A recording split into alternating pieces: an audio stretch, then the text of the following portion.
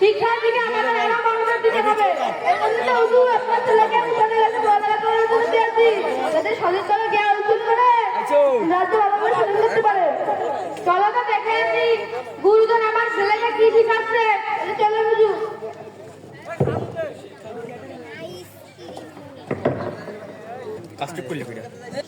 একদা প্রভাতে গিয়া দেখিলেন বাদশাহ। আসসালামু আলাইকুম। ওয়ালাইকুম আসসালাম। ভালো আছো তুমি? হ্যাঁ হুজুর, ভালো আছি। এখন বসো।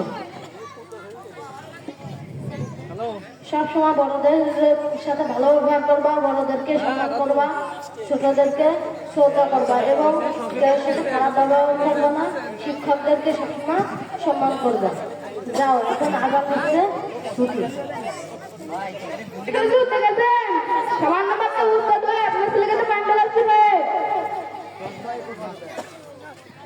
মন্ত্রী শিক্ষককে কালকে আমার রাত দরবার আসতে বলো। হুজুর থেকে বলে এসে কালকে রাত্রিতে হুজুর সাথে দেখা করবেন। আমি কি খুব ভুল করলাম? বাচ্চার ছেলেকে দিয়ে আমার পায়ে পানি ঢালিয়ে? না, আমি তো কোনো ভুল করিনি। আমি আমার সম্মান সবার চোখে শিখে যাই যাবে যান, তবুও পারবো না মানে। শিক্ষক আমি শ্রেষ্ঠ সবাই দিল্লির প্রতি শিক্ষকতা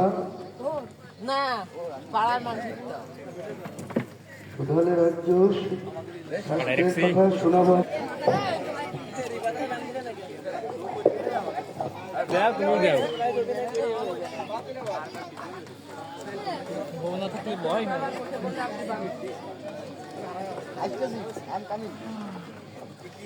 কি বলতে কালকে আপনার মন্ত্রীকে আমাকে ডাকছেন?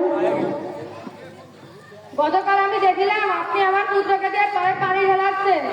আপনি কি আমার পুত্রকে কোনো কিছু শিক্ষা দিয়েছেন? সৌজন্য বরং শিখিয়েছেন গুরুজনের অবহেলা ও বেয়াদবি। হুজুর, আপনার কথা আমি ঠিক মতন বুঝতে পারলাম না। গতকাল আমার পুত্রকে দিয়ে আপনি পায়ে পানি ঢালিয়েছেন। আপনি বলেননি কেন তার হাত দিয়ে আপনার পাও মুছে দিতে? কালকে আমার পুত্র যে কাজ করে নাই, আজকে আমার পুত্র সেই কাজ করবে। মন্ত্রী, আমার পুত্রকে ডাক দাও।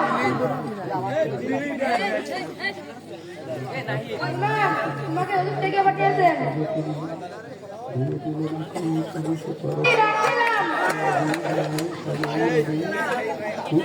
তোমার উত্তরের পায়ে পানি ঢালিয়ে এবং তোমার হাত দিয়ে তার চরণ পরিষ্কার করে দিবে।